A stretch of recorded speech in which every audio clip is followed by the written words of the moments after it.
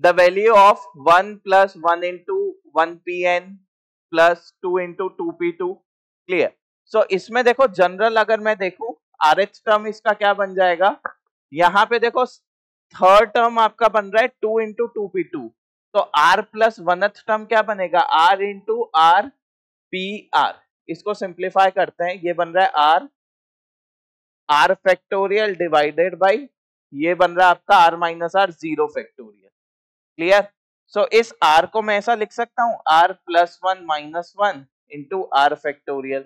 तो ये ऐसा बन गया r plus 1 into r factorial, that is r plus 1 factorial minus r factorial. Clear. अब r की वैल्यू 0 से लेके कहां तक जाएगी, n तक, क्योंकि n प्लस 1 टर्म्स है। तो अगर हम लिखे r की वैल्यू 0 लिखेंगे तो ये बन रहा है 1 फैक्टोरियल माइनस 0 फैक्टोरियल, ये पहला टर्म।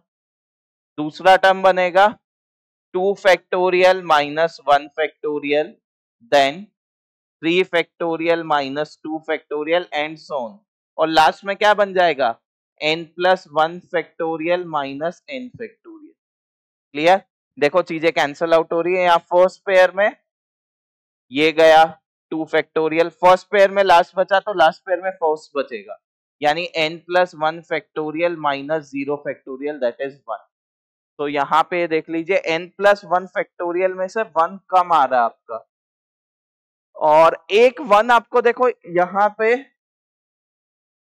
जो हमने r की जगह अगर 0 डालते हैं तो ये 0 बन रहा है ये। r की जगह 0 डालने पे फर्स्ट टर्म 0 बन रहा है, जबकि आपको एक 1 यहाँ एडिशन में दे रखा है। तो ये तो आपका जो भी ये आंसर आया ये इस वाले सीरीज का था, एक 1 भी एडिशन में दिया हुआ है, तो इसमें जैसे ही हम 1 ऐड करेंगे तो ये बन रहा है n प्लस 1 फैक्टोरियल, यानी ऑप्शन